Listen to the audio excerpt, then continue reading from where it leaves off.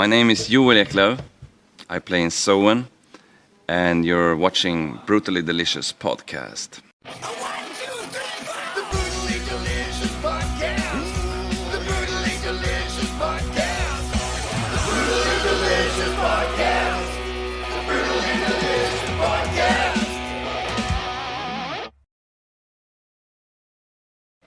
Hello, and welcome to the Brutally Delicious podcast. And today we're talking to Joel from Soen, which is kind of cool and a little weird too, because we just spoke to Martin like 2 weeks ago, but we can rebrand this as the Brutally Delicious Soen show. Thank you. I'm glad to be here as well. We love you, so why not? But so, how are you, dude? How are you doing? Oh, I'm great. It's good to be in Helsinki, and the album is coming out pretty soon. So it's a lot of good things happening at this point. Yeah. Memorial is the new album. That's true. September, right? Yeah. Is the release date. So tell me a little bit about that. It's just like, more powerful, more aggressive album, maybe you can say. It's like I guess if you would listen to Lotus and then Imperial, the transition there, and then it would be a logical step from Imperial to Memorial, if you want. Interesting. Was this like a conscious decision or just something that formed on the way? No, I just realized that that's probably how it just develops. You can just see that transition, and I think that's just how the band, how the band is transitioning, over the years. Right. Yeah. How do you feel about that transition? Is it something you personally enjoy? Yeah, because if you only repeat yourself all the time, you tend to get bored of yourself, and it's sort of that makes music boring. People will probably sense it too. So, I think that's you need to do that to keep your energy and to keep your motivation. Can you elaborate on the word aggressive that you used to describe the new one? Yeah. Well, okay. Aggressive in the sense that it's outward looking. It's like it's some of the old stuff we made was more introspective and looking inwards. This one is like outwards, looking towards the world. Confrontative. Right. And of course the music is also more powerful and sort of heavy. But yeah, in that sense it's aggressive. Yeah. Okay, that makes sense. Yeah. Well, you said introspective, but you guys have definitely addressed some like social issues and stuff like that in your lyrics before. How does that feel like as a singer? Is that something you can sort of stand behind? Are these issues that you are personally worried about? The thing is like, how we work, me and Martin, is we live very close to each other. Right. Martin makes like tons of material all the time. He's just like, and then we meet regularly and just go through everything and work with it together. So in the end, what turns into a Soen thing is usually us. It's like, and then it's not hard to stand behind it because it's your own expression. It's what you have made. And usually it's funny. Like it's almost like a couple, I guess. Like a marriage. Right. You develop together, and you sort of you have this ongoing discussions, feelings. You just kind of sort of move to the same places. Yeah. Without actually, maybe you don't even have to talk about that. That. Right. You just coordinate yourself in the same way because you start to you live together. Sort of. Yeah. Right. Yeah. It is like that. Oh, that's amazing. Do you ever think like, fuck, I wish we could do a song about puppies for a change,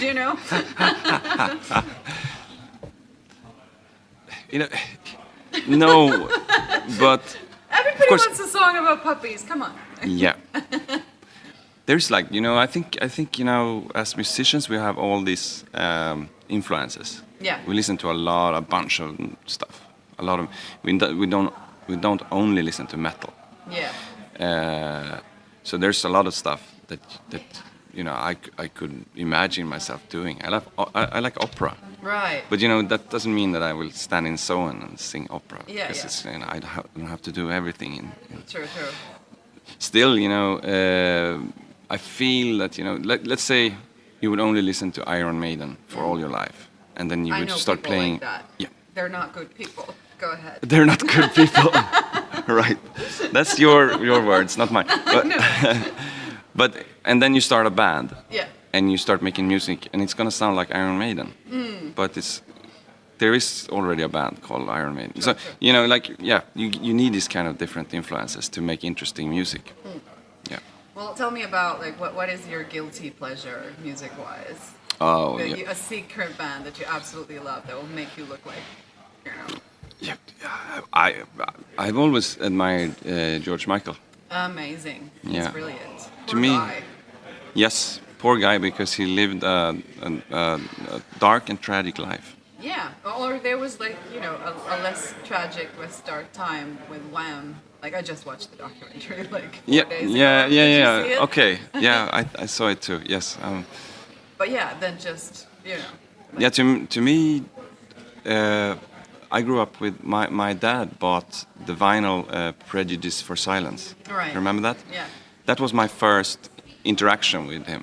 So to me, that was just a black, you know, it's a crowd. Yeah.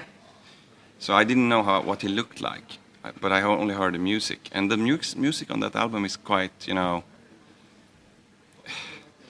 it's pop music, but it's still, it's not Wham pop music. Right, exactly. So to me, I always saw him as a serious artist, or, you know, like Right. I didn't even know about the Wham stuff.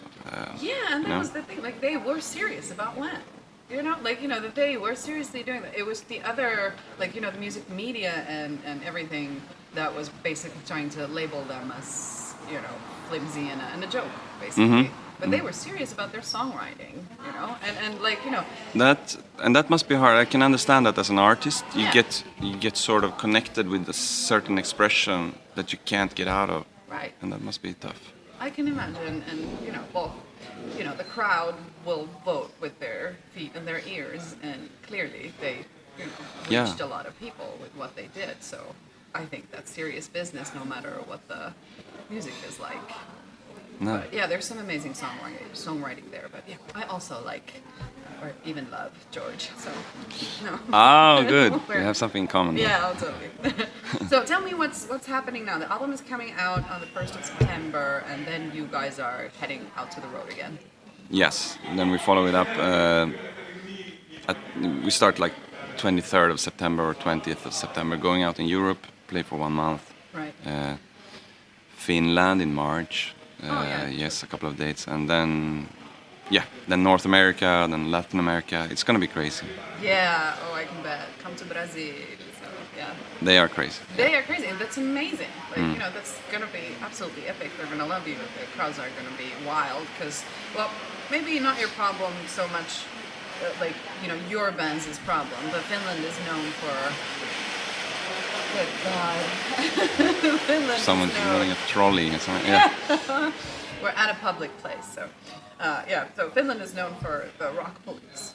So basically, yeah, you show up at a gig, it can be a sold-out gig, and then people will just stand there, like, holding their arms Let's against see their what you're bodies, up. Yep. and then leave and go like, that was amazing. But you don't get, like, you know, the yay, the woo, the energy, but you guys do. I've seen you play Tavastia, so... But Finns are generous.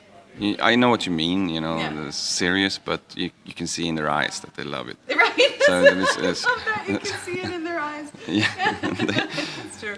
If you know what to look for, you get the love.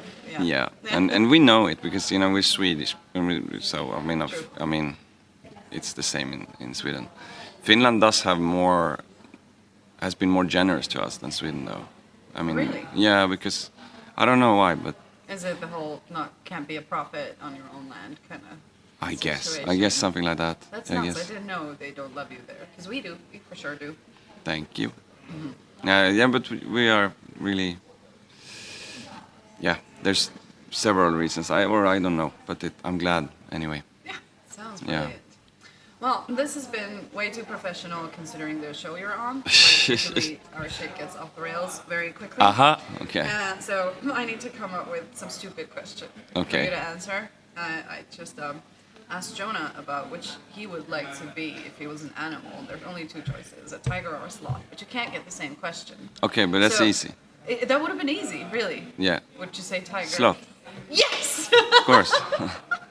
Amazing! Why? Okay, now you're gonna tell me why. Well, sloths are funny, and you know that kid movie with the rabbit. You know? Yes. Yeah. Yeah. After you've seen that movie, you gotta love the sloth. Oh, you gotta love the sloth. It's true. Yeah. It's not the rabbit. You mean the squirrel, right? Ice Age.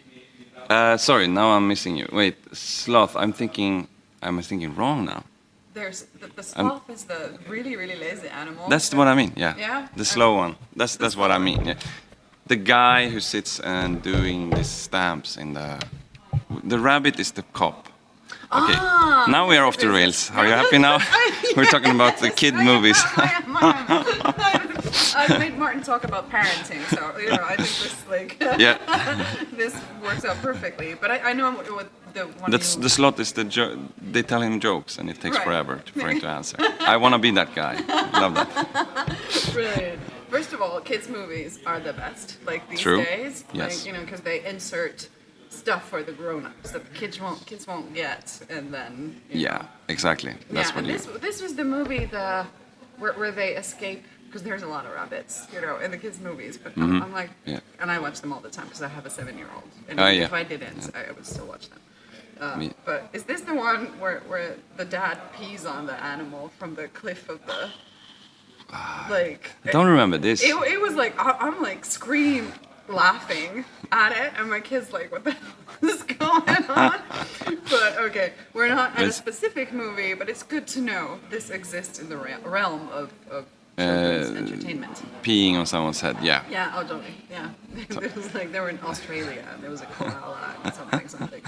But all right, well, that's great, sloth. I accept your answer, but we're gonna now go to the insect world, and your choices are: which would you rather be? And this is philosophical for sure. Would you be an ant or a cockroach? Strength in numbers, live forever. I don't know. Yeah, exactly. No.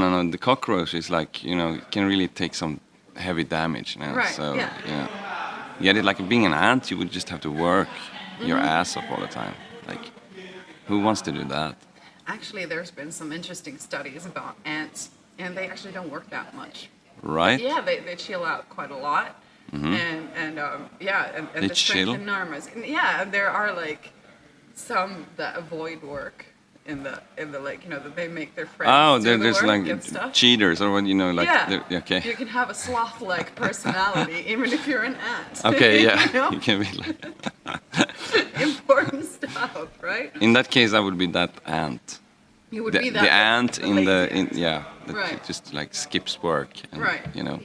like having some extra, what do you call it, like this bar. Right. It's like from the trees, I could Oh yeah, sit the and bark. eat. Yeah. No, I get what you mean. I don't know, yeah. Oh, totally. No, that makes sense. Because in the sloth tiger comparison, there's also like how many people do want to harm you. Not a lot of people want to harm a sloth, but a lot of people Yeah. want to shoot a tiger. And again, That's a lot right, of people that's will right. want to hit you with a shoe if you're a cockroach, whereas ants are maybe seen as constructive, beneficial insects. There's no reason depending to. on the- There's no reason to kill an ant. No, not really. I mean, it's not really, yeah. unless there But is but like when you see a certain kind of- cockroach, you immediately, of course. Yeah, you're not as grossed out by ants as you are by cockroaches. That's a very good point. Yeah, like I said, philosophical, super important stuff. Yeah, this is the important stuff in life. But I think this is a good place to sort of wrap things up. Hello out there! Yes, hello out there, everyone. I'm Hal Schwartz. And I'm Flynn McLean. Together we host None But the Brave, a podcast dedicated to the music and career of Bruce Springsteen. Bruce and E Street Band are on tour right now for the first time in 6 years, and we're taking a detailed look at what's happening on stage in our bi-weekly episodes. We've also been recently joined by some very exciting guests, including rock journalist Warren Zanes and Stephen Hayden, Backstreet's Magazine founder Charles Cross, and Barstool's Kirk Minahan. If you're a diehard Springsteen fan, this is the show for you. So please subscribe to None But the Brave on your favorite podcasting platform, and we hope to see you further on up the road. Thank you so much. We'll be seeing you.